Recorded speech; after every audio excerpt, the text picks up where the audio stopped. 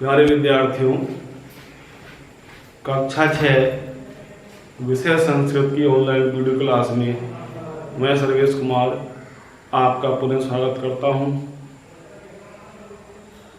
जैसा कि हम सभी पिछले कुछ वीडियो क्लास से जो संस्कृत विषय है उसको हम पढ़ रहे हैं, संस्कृत विषय का आप अध्ययन कर रहे होंगे।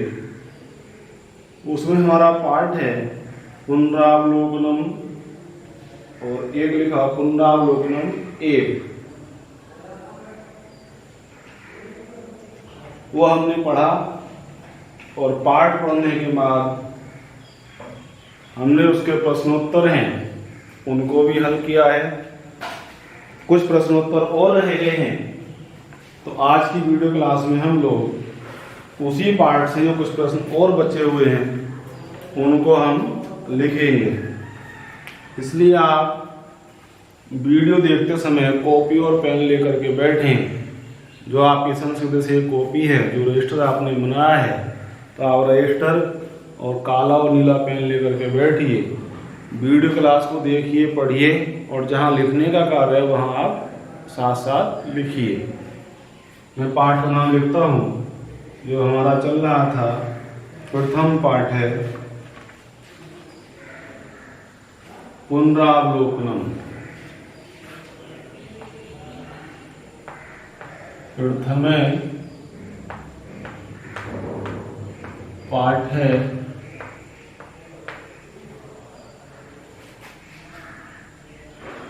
पुनरावलोकनम।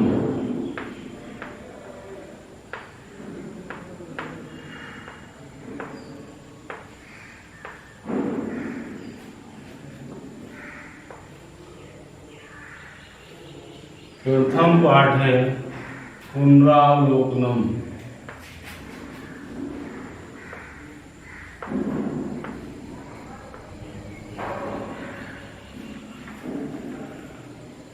इस पाठ के प्रश्न हमने किए हैं पिछली वीडियो में। जो आपने कार्य किया होगा वो कार्य हमारा है कि उदाहरण के अनुसार पुल्लिंग रूपों को लिखिए। क्या था? उदाहरण के अनुसार पुल्लिंग रूपों को लिखिए।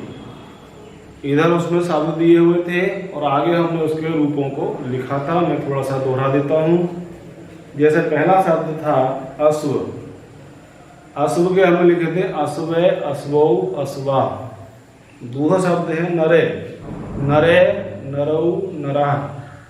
फिर शब्द है गज। गजे, गजौ, गजा। मृग शब्द है मृगे, मृगौ, मृगा। बानर शब्द है बानरे, बानरौ, बानरा। और अंतिम शब्द है सैनिक। तो सैनिके, सैनिकौ, सैनिका।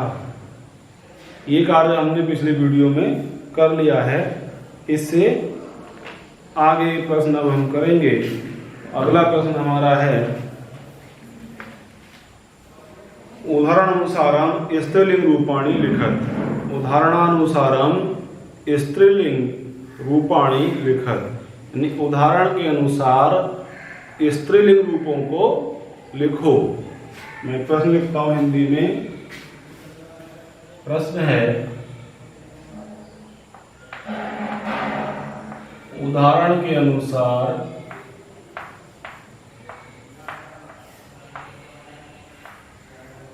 उदाहरण के अनुसार उदाहरण के अनुसार स्त्रीलिंग रूपों को लिखो।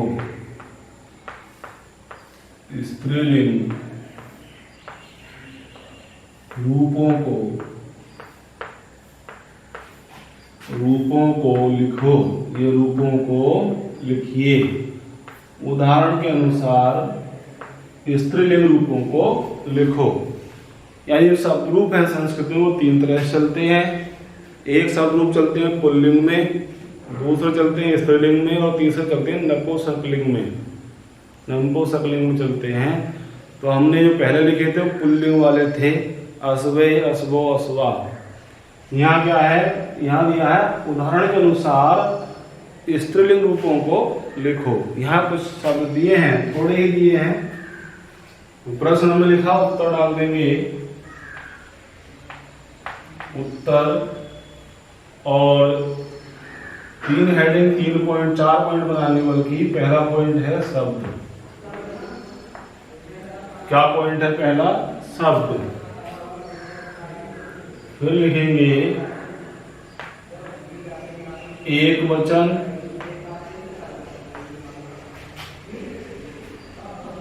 द्विवचन और बहुवचन।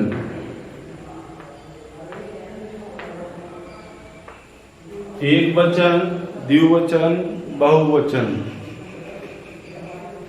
एक शब्द रूप इसमें दिया है उदाहरण में लिखा हुआ, उसे लिखेंगे और 2 हमें लिखने हैं। क्या करना है? एक दिया हुआ है वो लिखेंगे और उसके बाद 2 हमें अपनी ओर से उसके आधार पर लिखने हैं। पहला इसमें दिया हुआ है अजा। क्या शब्द दिया है? अजा। शब्द को हम ब्लैक पेन से लिखेंगे। ठीक, शब्द को हम किससे लिखेंगे? काले पेन से। ये शब्द हम लिखेंगे वो काले पेन से, बाकी जो आगे लिखना वो सारा क्या है? नीले पेन से। ये हेडिंग हम काले पेन से लिख चुके होंगे। अब जो हम आगे कर रहे हैं तो यहाँ जो शब्द दिए हैं शब्दों को हम काले पेन से लिखेंगे, केवल शब्दों को, और फिर इधर जो हमें लिखना है वो नीले पेन से लिखना है। तो पहला शब्द क्या है? अजा। देखिए इसके किस तरह से रूप चले हैं। पहला रूप यही रहेगा अजा। अजा माने क्या होता है? बकरी। तो अजा। दूसरा है अजय। दूसरा क्या है? अजय। और तीसरा भी अजा।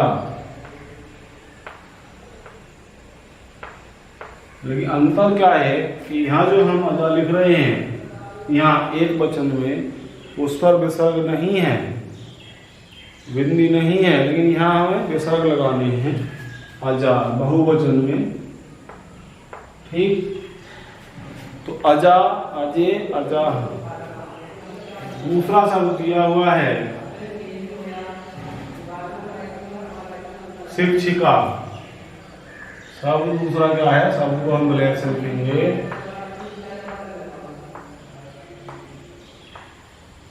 शिक्षिका शब्द है, लिखेंगे इसके रूप को। पहला तो यही रहेगा शिक्षिका। यहाँ क्या होगा? इसके अनुसार अजय है तो क्या हो जाएगा? शिक्षिके। क्या शब्द हो जाएगा? शिक्षिके। ठीक, फिर क्या हो जाएगा? शिक्षिका।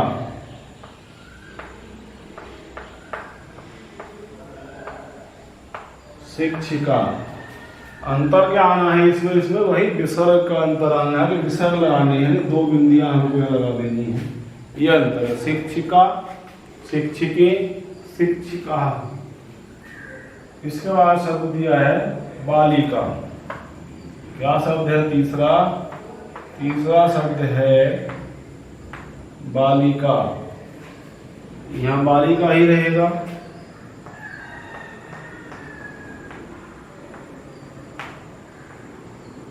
आपको बताना क्या आएगा अब इसमें, बताओ। हाँ, क्या आएगा? बालिके। ठीक है, जब पहला हमारे पास उदाहरण है तो हम उसके अनुसार लिख सकते हैं। बालिका, बालिके। फिर क्या आएगा? फिर बालिका आएगा विसर्ग के साथ। बालिका और विसर्ग के साथ। ठीक, तो ये हमारा, ये तो है प्रश्न नंबर के। 4 के था इसमें लिखा हुआ, 4 के। तो इसमें क्या पूछा? पहले में पूछा था पुल्लिंग शब्द रूपों को लिखिए, इसमें पूछा स्त्रीलिंग शब्दों को लिखिए। अब क्या है अगला प्रश्न? पहले आप इनको लिख लीजिए ध्यान से, लिख लीजिए बोर्ड से देख करके, साफ साफ लिखना बिल्कुल। और हर नए प्रश्न में एक लाइन आपको छोड़नी है। जब एक प्रश्न हमारा पूरा हो जाए उत्तर उसका, तो हमें अगला प्रश्न एक लाइन छोड़ करके ही लिखना है। ठीक, अगला प्रश्न दिया है, उदाहरण के अनुसार नपुंसकलिंग रूप लिखिए। इसी तरह का प्रश्न है,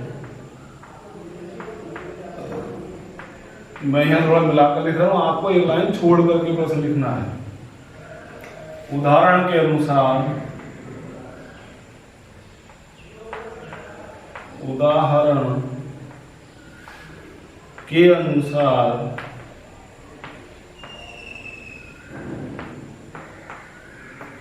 उदाहरण के अनुसार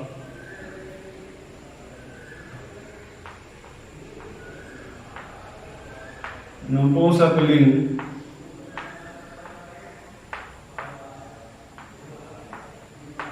उदाहरण के अनुसार नपुंसकलिंग रूपों को लिखिए। रूपों को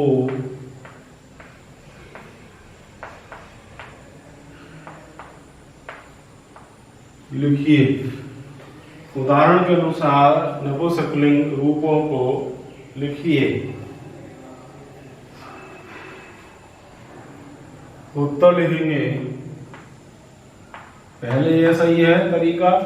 उत्तर लिखेंगे, 4 हेडिंग हम लिखेंगे ऊपर, 4 पॉइंट। पहला पॉइंट हम लिखेंगे शब्द। दूसरा पॉइंट क्या है, एक वचन। एक वचन, द्विवचन, एक वचन, द्विवचन और फिर बहुवचन। ठीक, इस तरह से पॉइंट बना लेंगे चारों। शब्द, एक वचन, द्विवचन, बहुवचन। शब्द एक दिया हुआ है, 2 हमें उस तरह से लिखने हैं। पहला शब्द दिया है फलम। क्या शब्द है, फलम। शब्द को हम काले पेन से लिखेंगे। ठीक, जो शब्द है यहाँ पर वो काले पेन से लिखेंगे और आगे नीले पेन से लिखेंगे। दिए हैं इसके शब्द रूप। पहला तो फलम ही दिया हुआ है, फलम। दूसरा दिया फले,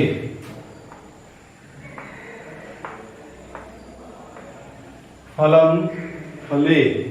तीसरा दिया फलानी। तीसरा क्या है, फलानी। ठीक, फलम फल शब्द के रूप हो गए, फलम, फले, फलानी। अगला शब्द दिया है पुस्तकम। इसे देखकर हमें खुद लिखना है। पहला तो दिया हुआ था किताब में, इसको हमें खुद लिखना। पुस्तकम, पहला शब्द क्या रहेगा, यही रहेगा, पुस्तकम। दूसरा क्या हो जाएगा इसके अनुसार, पुस्तके। क्या हो जाएगा, पुस्तके। फलम, फले, पुस्तकम, पुस्तके। यहाँ हो जाएगा पुस्तकानी। क्या हो जाएगा शब्द, पुस्तकानी। ठीक, अगला शब्द दिया हुआ है पुष्पम। शब्द दिया है पुष्पम।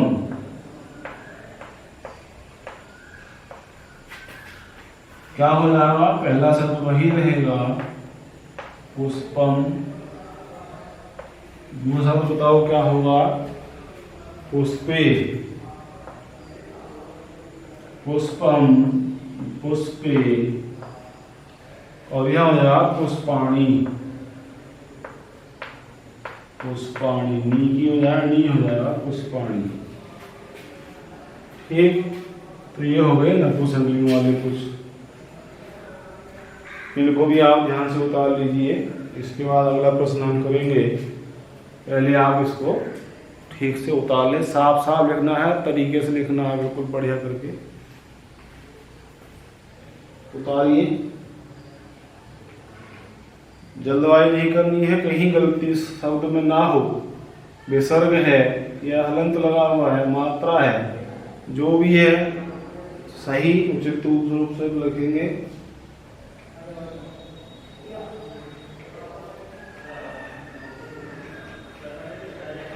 यानी शब्द में कहीं भी गलती या अशुद्धि ना हो।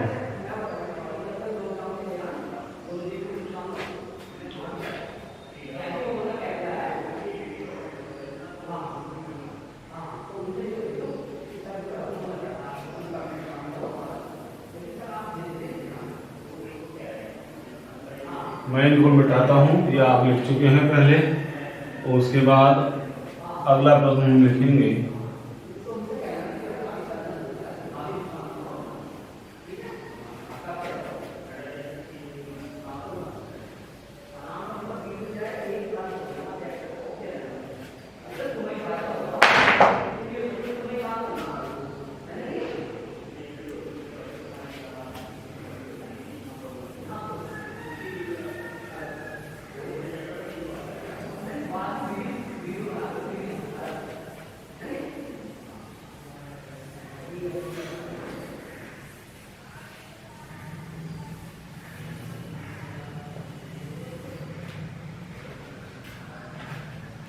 नीचे वाला भी आप लिख चुके होंगे,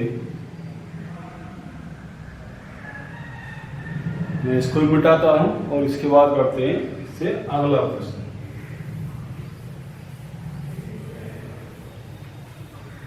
बहुत ही आसान प्रश्न है। जब हमें कोई चीजें, कोई शब्द मिलते जुलते लिखने हो, तो हमें कोई एक शब्द का रूप दिए हो, एक शब्द का रूप दिए हो और उसी के आधार पर हमें अन्य रूप लिखने हैं, तो हमें कोई समस्या नहीं आती है। समस्या तब आ सकती है जब कोई रूप दिया ही ना हो और हमें लिखना हो। लेकिन जब कई शब्द के रूप दिए हैं तो हम इतना तो समझ ही लेते हैं कि जैसे ये शब्द रूप लिखे गए हैं वैसे ही हमें दूसरे भी लिखने हैं। बहुत ही आसान प्रश्न है। ध्यान से आप पढ़ रहे होंगे, ध्यान से आप लिख रहे होंगे, तो आपको बिल्कुल आसान लगेगा कि जब किसी एक शब्द रूप हमारे सामने दिए हो, एक पंक्ति दी हो, तो उसे देख करके हम उससे मिलते हुए अन्य रूपों को भी लिख सकते हैं। चलिए देखते हैं अगला प्रश्न, जो कि रिक्त स्थानों से संबंधित है। और प्रश्न यह है आपकी पुस्तक में, मंजूषात पदानि चित्वा वाक्यानि पूरयत, यानी तालिका से या सूची से पदों को चुनकर वाक्यों को पूरा करें। प्रश्न लिख लेंगे। प्रश्न है हमारा, तालिका से, आप सूची भी लिख सकते हैं चाहे, तो तालिका से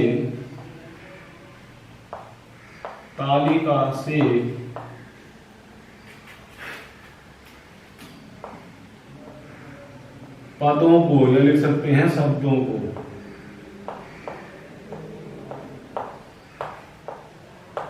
तालिका से शब्दों को चुनकर,